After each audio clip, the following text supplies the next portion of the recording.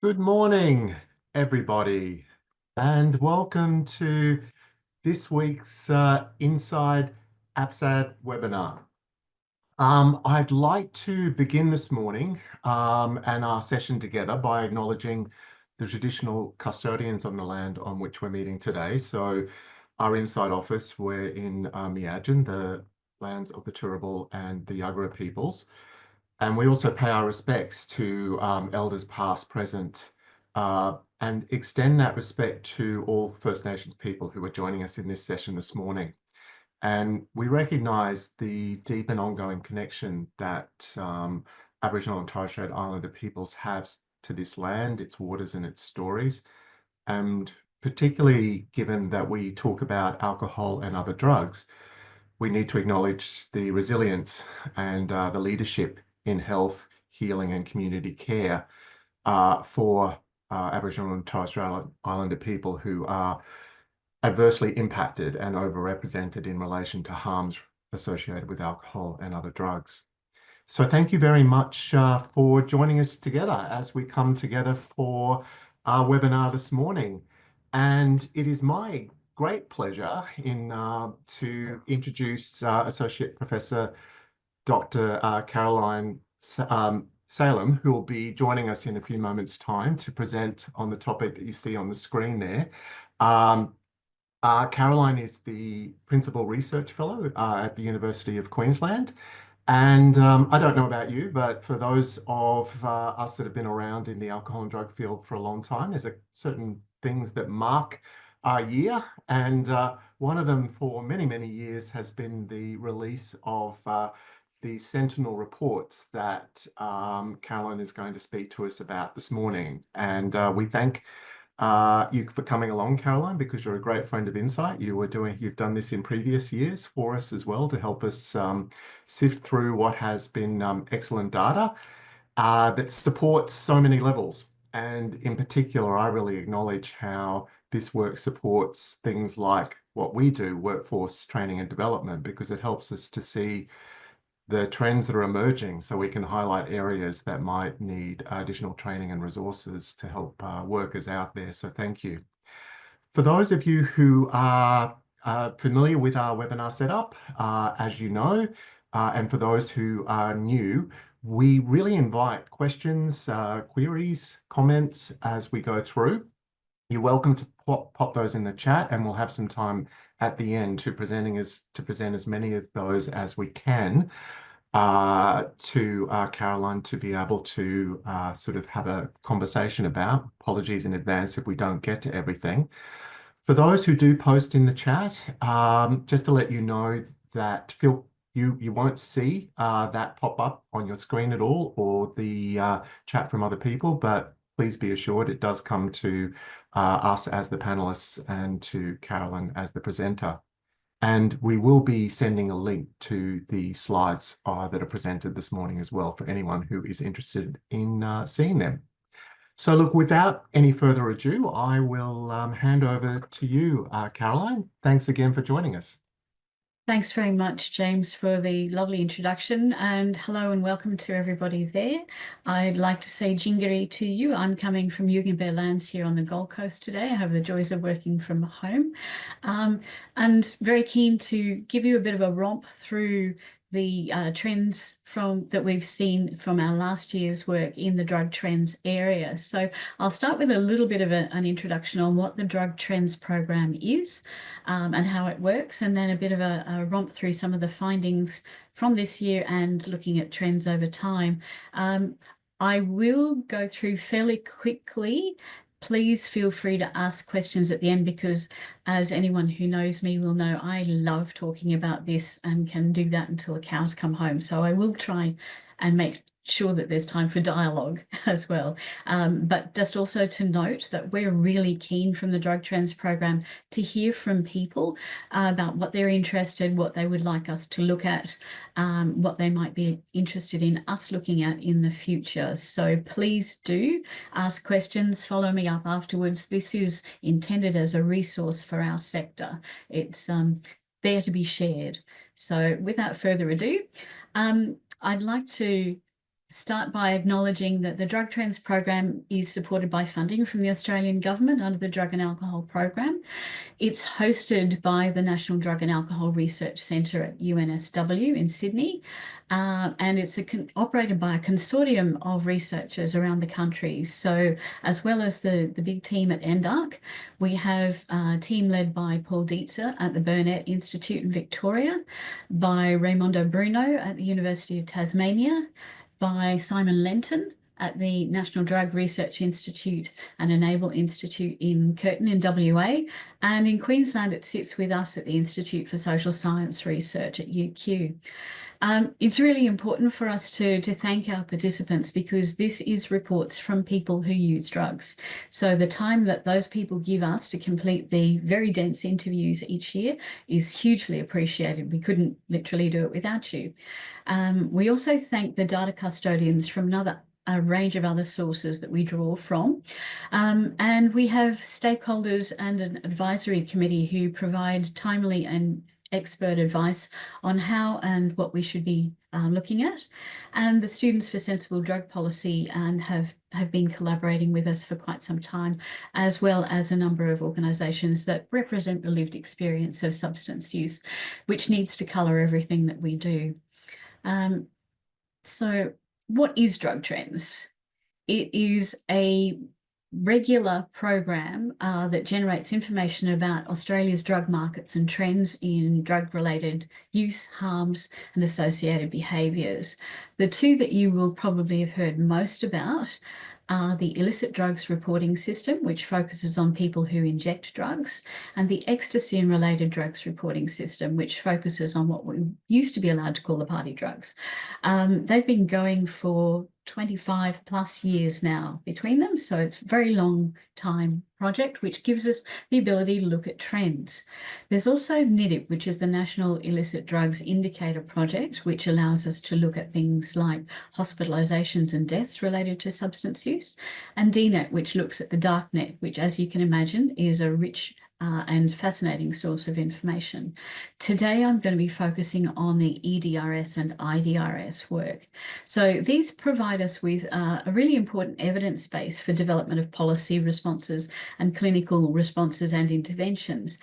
The beauty of Drug Trends is that we do this every year at the same time, and we are committed to getting the findings back to our sector in a very short time frame. So our interviews are conducted in April, May, and June each year, and we get those reports out to you in September, October for the national ones, and in the very beginning of December for our state and territory jurisdictional reports. So that's a pretty amazing turnaround, and it's a huge testament to the work that goes on behind the scenes.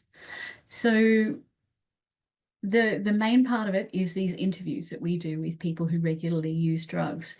It's important for us to note that these are sentinel samples. It's not a population representative group, and we are only able to operate in the capital cities. We know that there are differences in the regions, but the funding envelope that we have allows us only to focus on the capital cities at this point in time. So our look envelope is April, May, June. And how do we get hold of people? Well, we recruit through word of mouth and through social media largely these days, but also for the IDRS, for people who inject drugs. We recruit through the services with which they engage. So thank you to those of you in the sector who help us publicise this study and recruit the participants that give us their expertise. And what do we do with all of that? Well, it allows us to produce a bunch of annual reports, bulletins on specific topics, and peer-reviewed papers.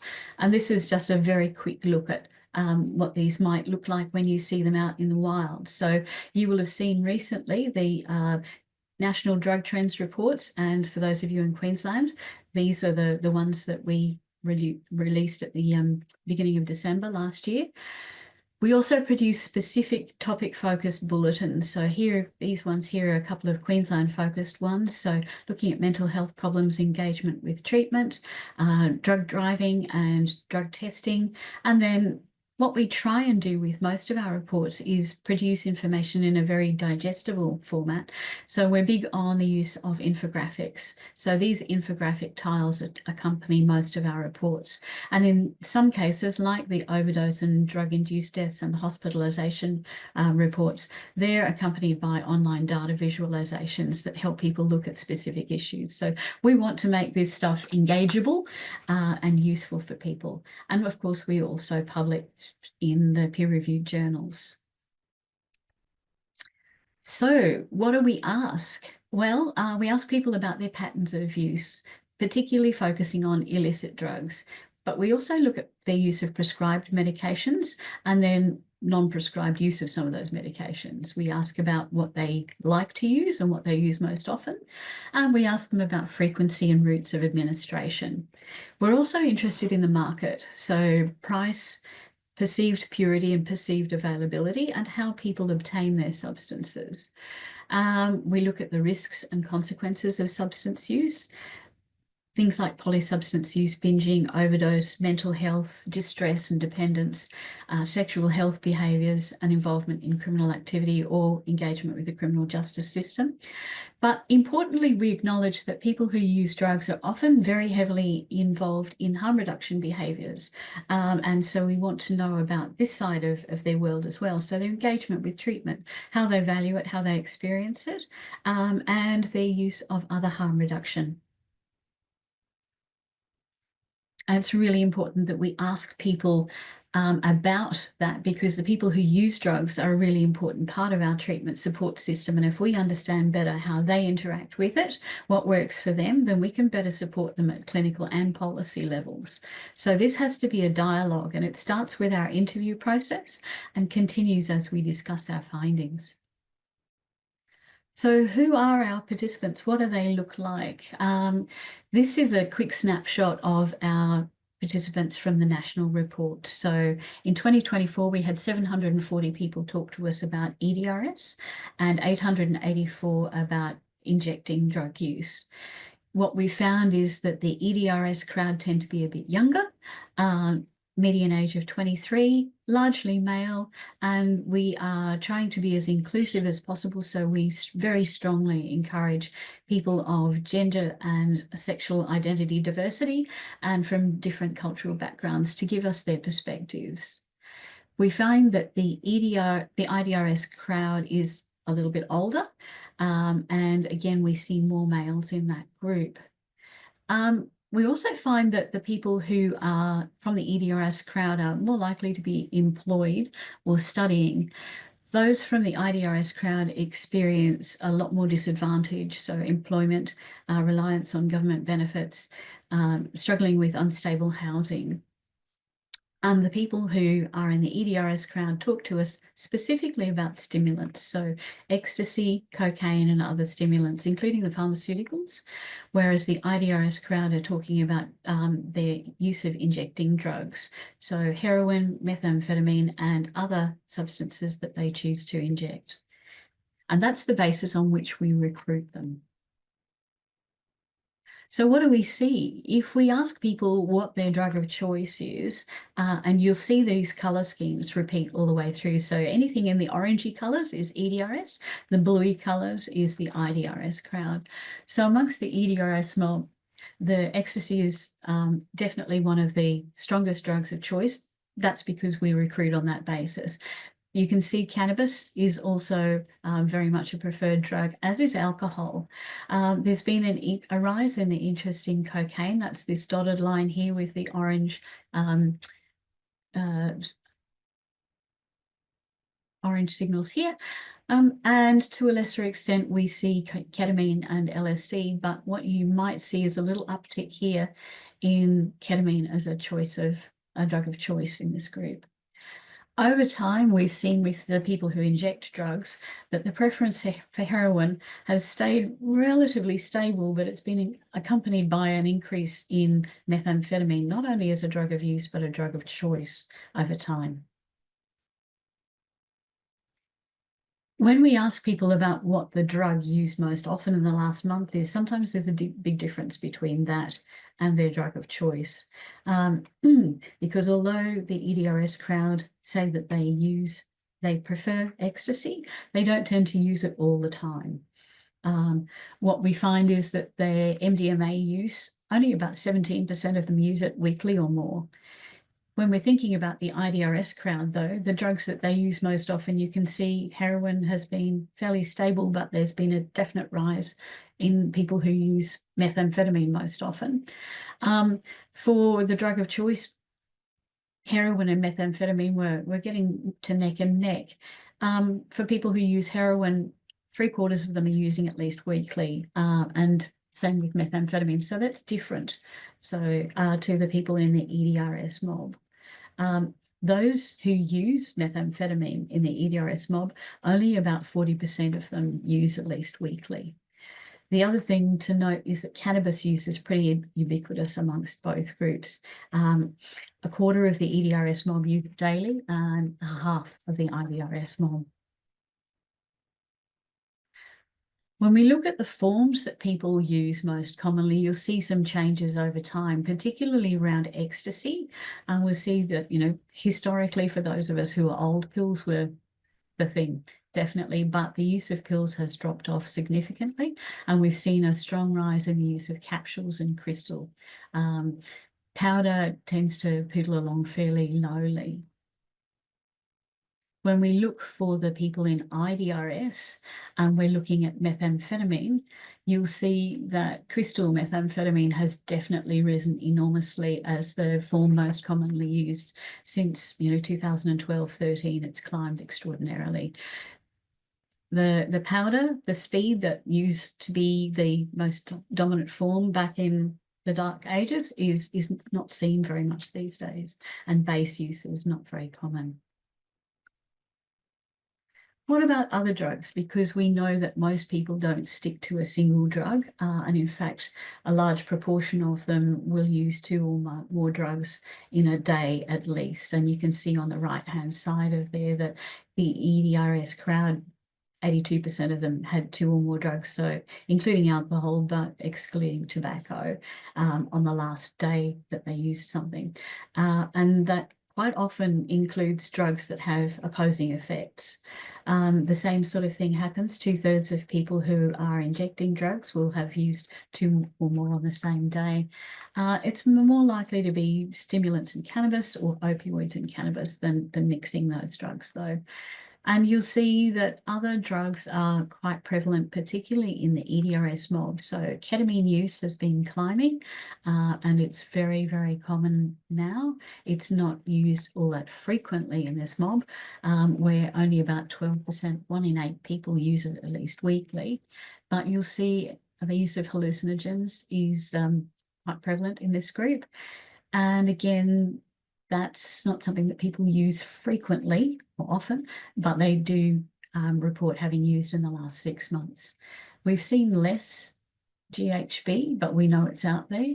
Amyl nitrite is definitely out there, and nitrous oxide as well. And we've seen over time a big rise in the use of e-cigarettes.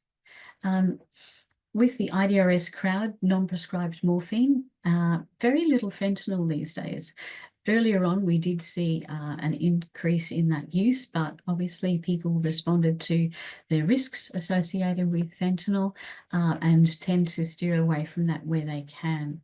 Other substances like non-prescribed pregabalin, again, rose early when they first emerged, but have started to taper off.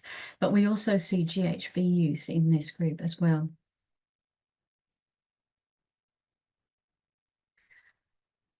I said that we talk also to people about some of the risks involved and associated with substance use. Driving is one of them, and we've seen a fairly consistent pattern of drug driving. So this is amongst people who have used a substance in the last 6 months and who have driven in the last 6 months. So not everybody who uses drugs drives, not everybody who drives uses drugs. So this is a segment of this group. We see that drink driving, despite all of the education campaigns, is still sitting around 30% of people who talk to us about this. Driving within 3 hours of using an illicit substance is also quite prevalent in both groups. So it's an issue for us to think about, because when we see people engaging in a risky behaviour, we want to think about how we can then look at helping people minimise harms. So how we could address some of these risky behaviours with people so that we can help keep them safer. What we see is that the testing for drug driving is fairly low. So only just over 10% of people in the EDRS crowd and around the same in the IDRS crowd are experiencing roadside testing. So maybe that's something to consider. Other things that we look at around people's involvement with the criminal justice system are things like their engagement with the police. So are they being engaged by the police? Are they being stopped, searched for question? Quite a few people are telling us, so 71% have told us that at some point in the last 6 months, they have been stopped and their belongings searched by the police or questioned, and that the searching is more likely to have happened for people who inject drugs.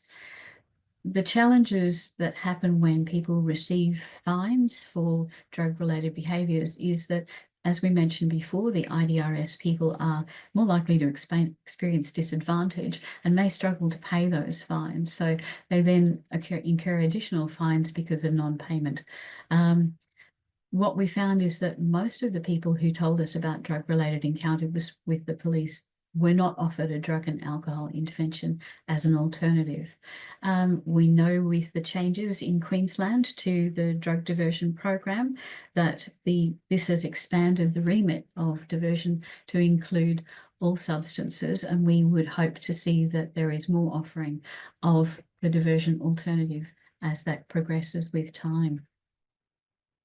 We also ask people about their involvement with the with crime. And although with the EDRS crowd, about 40% report being involved in any crime in the last month, this is mostly dealing and property crime.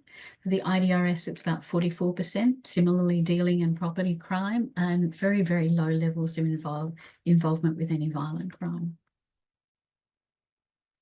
Mental health is a big issue. Substance use and mental health go hand in glove. And so it's important for us to ask people about their mental health and whether they're engaging with any treatment, as well as asking whether they know they've experienced mental health problems. We do a K10 screen with them to see what their psychological distress levels are like at this point in time. And we find that if you're looking at the solid bars at the bottom of each of these heat maps, that's people who have low levels of distress. So this is on the far right-hand side. This is the National Household Survey, so general population. And you'll see that 60+% of people in the general population experience low levels of mental distress. In contrast, people who use both the ecstasy and related stimulants or who inject drugs experience many more of them experience higher levels of psychological distress. So this is a group of people who would probably benefit from engaging with mental health professionals.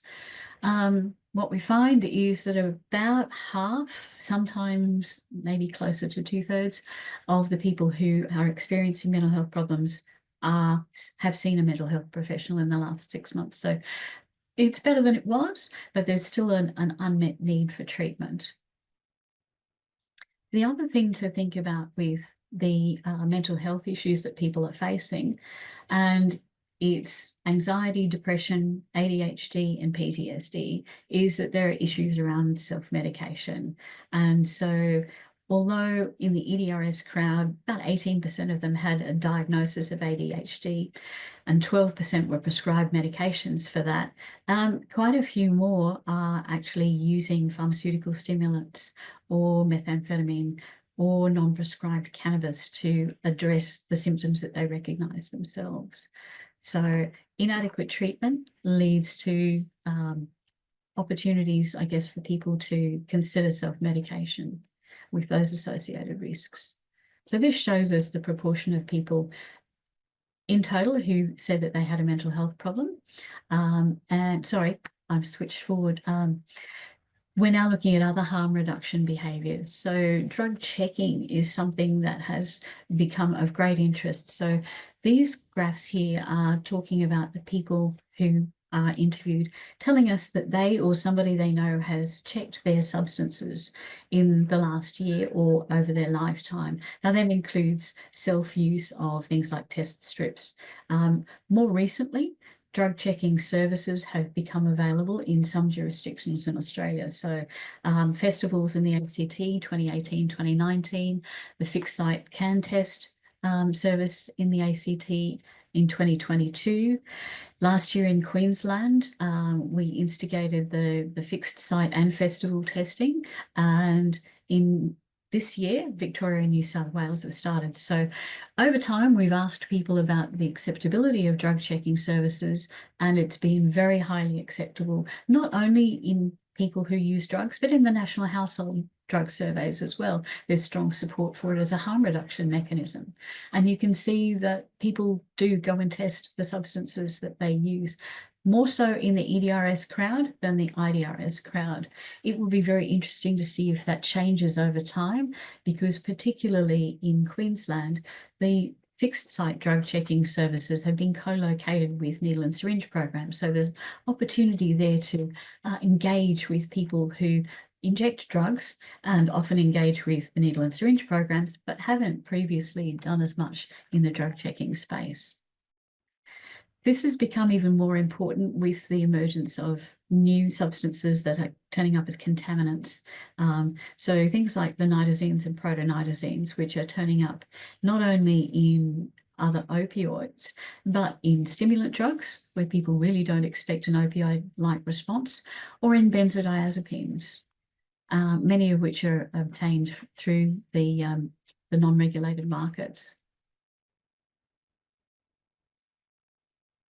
What about e-cigarettes? We've seen an increase in both cohorts in the rise of e-cigarettes since 2014. Not everybody uses them for smoking cessation, but it's worth noting that a significant proportion of people do. We still see quite a lot of tobacco use amongst both of these groups of people.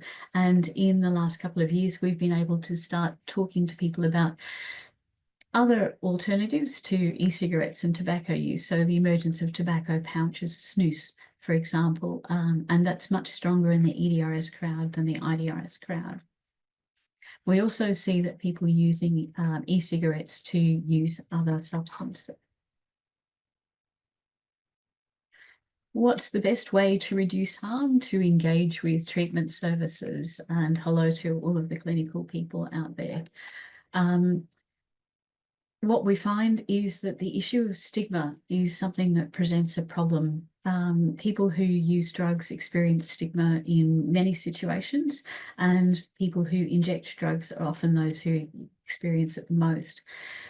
But we find that people who are part of the EDRS crowd, and as we've said, they're more likely to be employed, have money, or to be studying, over a quarter of those report experiencing stigma because of their illicit substance use, from the police, from health services. Even very sadly, we sometimes see it within drug and alcohol services, but certainly that's a lot less in the specialised services than in others. This creates a barrier when people don't want to go and discuss their health problems with the professionals who can help them. So it's really important for us all to consider how we work, how we operate, how we talk about our work and our services to encourage people who need support to receive it. You can see that roughly half of the people who access any health service access drug treatment services. The EDRS crowd tend to be less involved in treatment. So maybe 6% of them tell us that they're involved in drug treatment, whereas about 40% of the people who inject drugs tell us that they're currently involved with treatment. When people can get into treatment, they're often highly satisfied with it. So particularly the people who inject drugs, 76% of them told us that they were satisfied with their current treatment. So if we can get past the stigma and get people engaged with services are helpful, people appreciate it. There are lots of really good outcomes out there. The other thing that is really helpful to note is that if people are experiencing stigma in general health services, but less so in drug and alcohol services, that provides a really nice way for us to expand the range of services that can be offered within that safe umbrella of a drug and alcohol treatment hub, so that services like testing for HIV, Hep C, other sexually transmitted infections, if they're provided within house, then there's an avenue to broaden the reduction of health harms to people who need that help. The other issue that we are always very concerned about is overdose. So typically we would think about people who inject drugs and who use heroin and opioids as being most risk. However, what we found is that there are overdoses experienced by people who use ecstasy and related stimulants as well, where they have taken more or something different than they expected and have had an adverse reaction to it.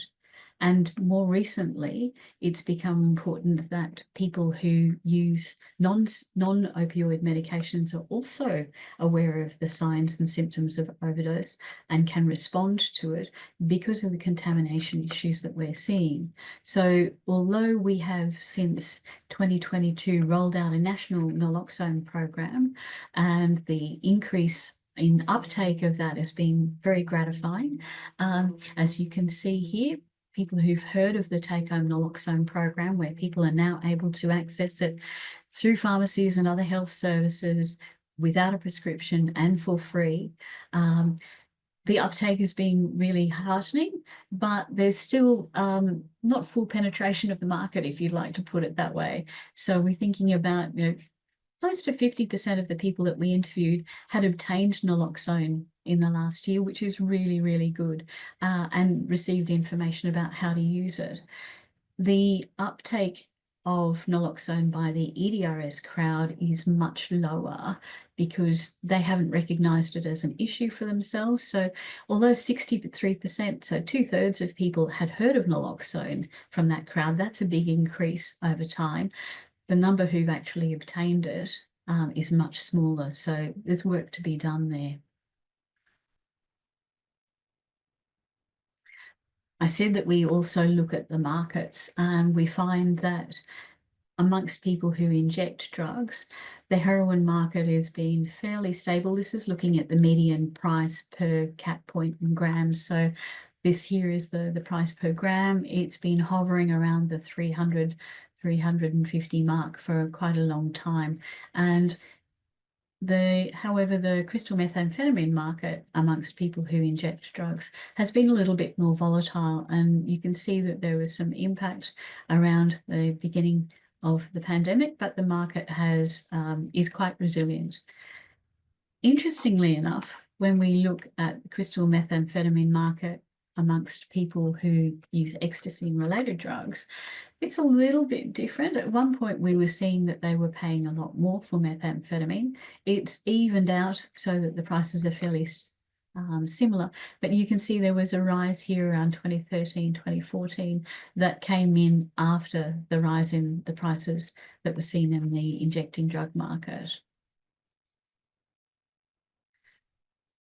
Cannabis, which I said is pretty ubiquitous amongst both groups. The median price for both hydro and bush, so hydro at the top and bush at the bottom, pretty stable. And we also can see some interesting things when we look at the cocaine market in both groups as well. So Typically in Australia, the cocaine market it's been an expensive drug. It's not been as easy to get hold of as other things, and the purity or the perceived purity has been pretty low. You can see that the prices remained fairly stable over time in both groups. A lot of fluctuation amongst the people who inject drugs who tend to be less frequent users of cocaine. The availability, if we're looking at very easy to easy, which is the solid colours and the hatchy one, you can see that there's a rise in the perceived availability over time in amongst the EDRS people.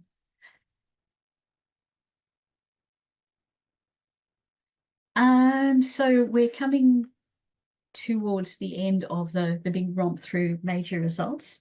The other thing that I didn't talk about is the novel psychoactive substances. And we've seen that there was a rise in interest in those early on, but that seems to have tapered off.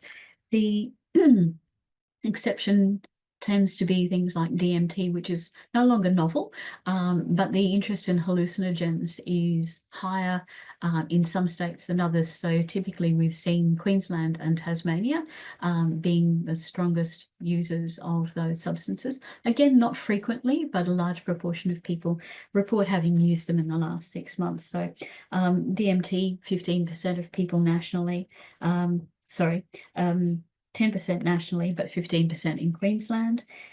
Ketamine's the other one that's been rising. So 53% nationally, and that's been stable for quite some time. But although it was lower in Queensland, it's risen up to 53% for the 2024 area. So watching those trends carefully.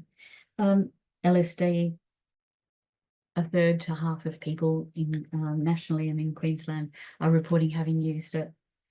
So what's been different in Queensland, we've seen an increase in the use of non-prescribed pharmaceuticals amongst particularly people from the EDRS crowd, 2/3 of them. That's largely pharmaceutical stimulants for them.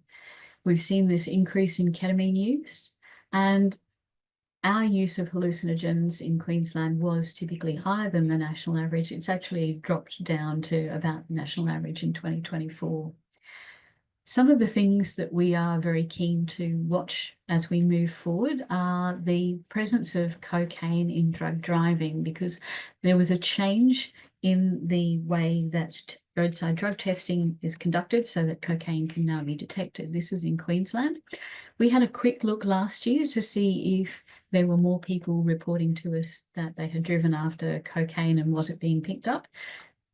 We didn't see that. It may be that we were looking too early, but again, we'll be looking this year to see if anything comes through. Very, very interested in talking to people about their use of drug checking services as well as drug checking in general.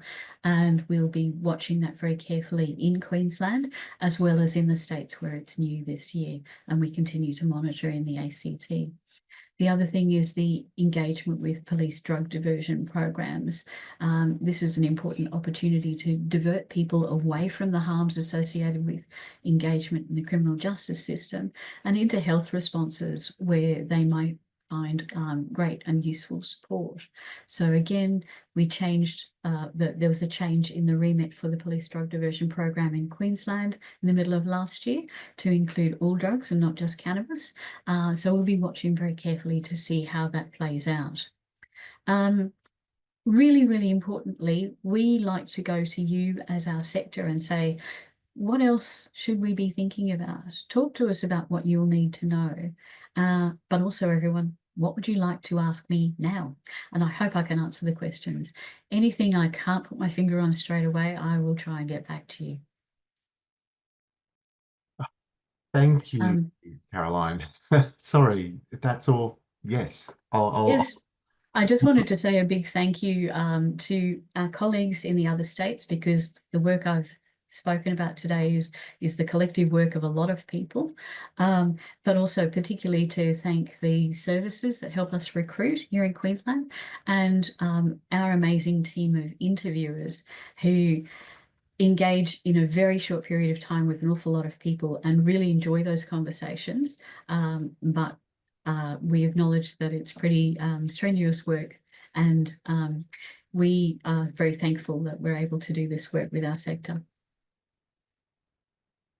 Thank you So for the please comment. hit me with questions.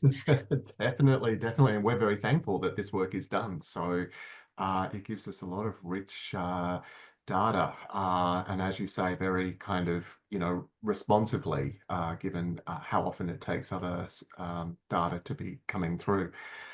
Look, interesting that you were just sort of talking there a little bit about banking and the process of recruiting. Again, acknowledgement of the services and, the people who generously give their time as well to being interviewed.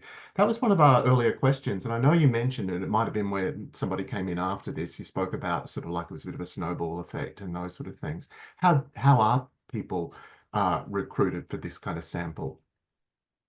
With the people who inject drugs, we go primarily through the services like needle and syringe programs or programs that engage with those people. We put posters up there. We engage with the staff who tell their clients about the program. People are reimbursed for their time when they participate in these interviews because it's really important that we recognize the expertise that they're sharing with us. And so it's all completely voluntary. All of the interviews are very confidential and anonymous. And so we try and make it as safe an environment as possible for people to participate. With the EDRS crowd, as I mentioned, most of them aren't engaged with treatment. So we go through social media. We have some channels through the drug trends researchers where we have our own platforms, our own pages on the various platforms. But again, we're very fortunate in that our colleagues in the sector sometimes promote this for us as well, so that we're keen to go as broad as possible with the people who participate and try and get a range of different perspectives.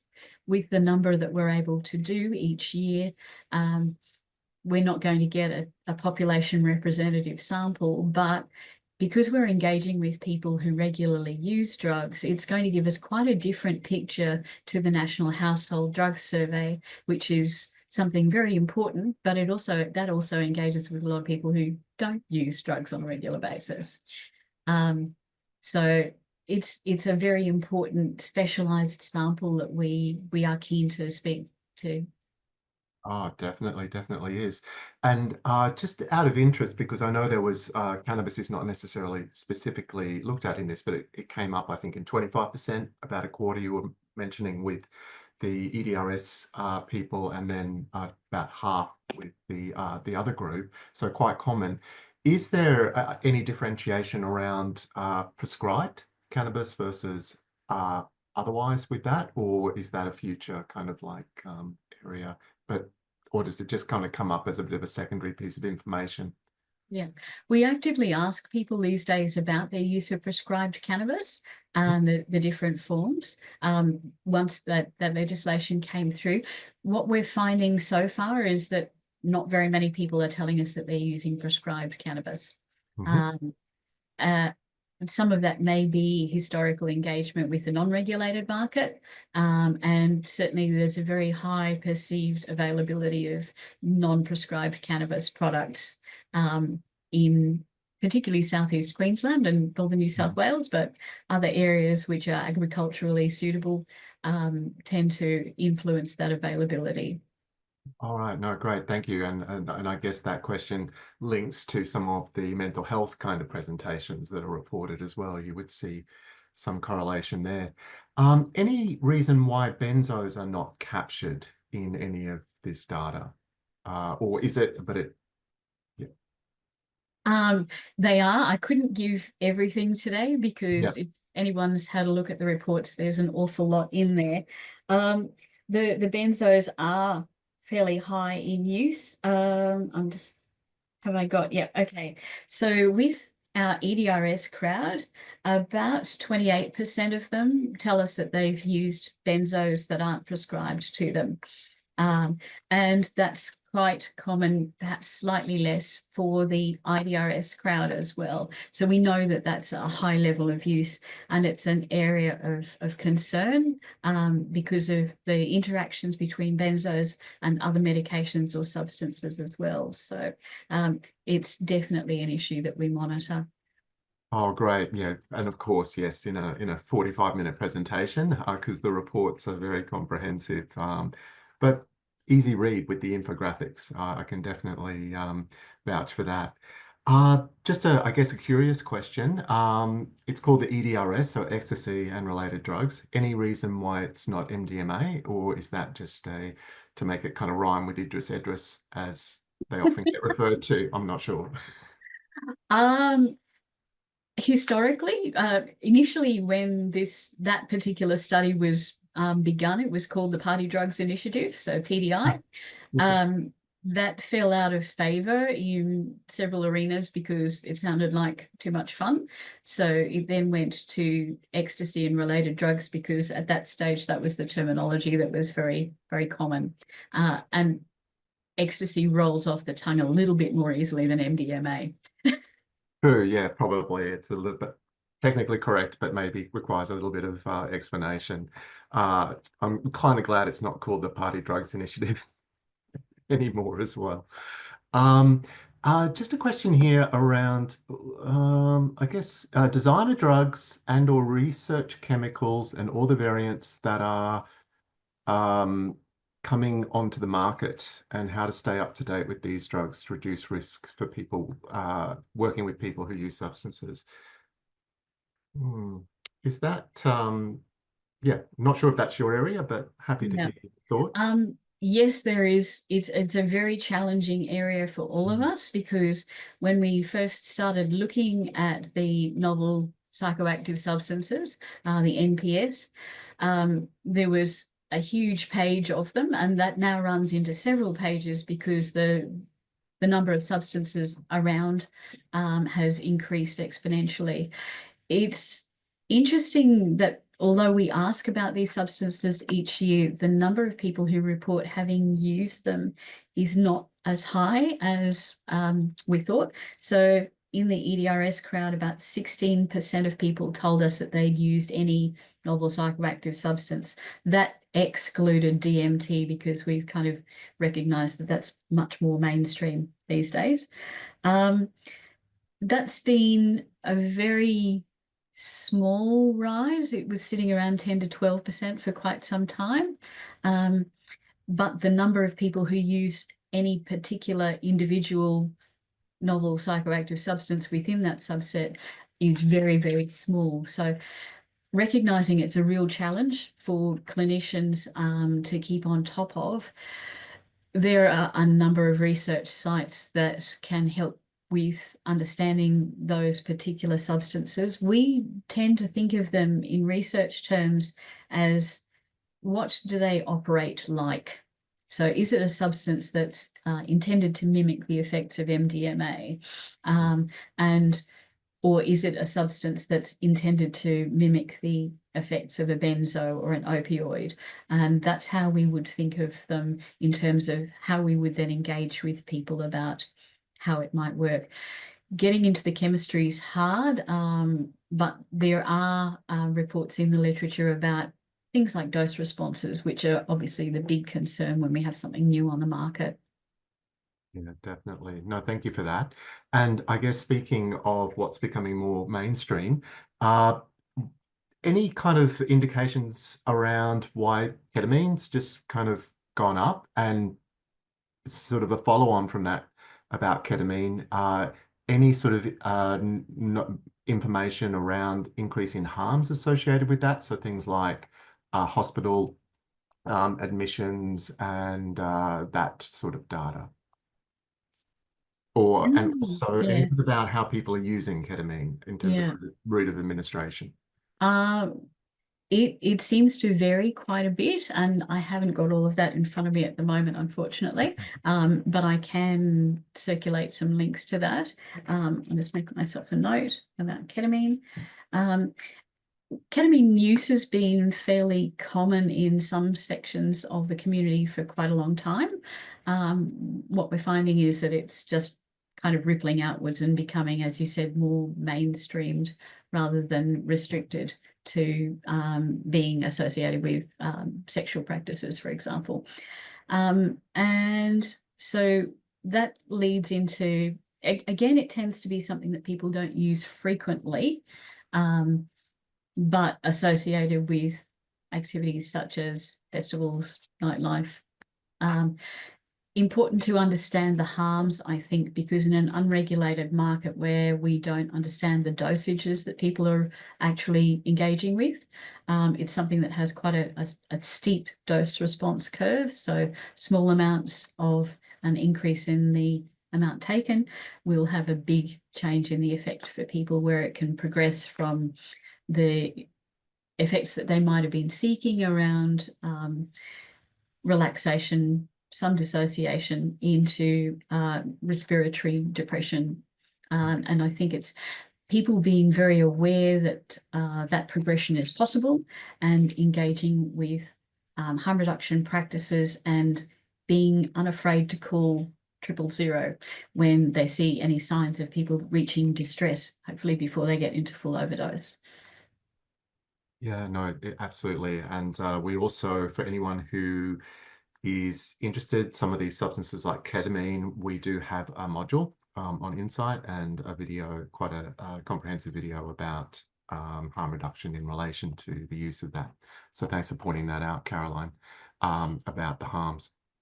Um, in relation to drug driving, was there a collective perception amongst the cohort about how long they should be waiting after taking drugs to drive? Sorry, it's just moved down again. Did they see drug driving as a danger to others in the community? Mm. Uh, we don't ask those sorts of questions in the interview, unfortunately. We don't have the opportunity in the hour for which our consultants, if you like, are captive. And there's a lot that we do ask them. So what we tend to hear from people anecdotally is that some of them weigh up the risks of getting to where they need to be against their perception of the impact of the substance on their driving ability, and may not be thinking more broadly in terms of the wider community. It's it's an issue that sometimes our decision making is clouded once we've taken a substance, and we are focused on the immediate rather than the broader or the longer term.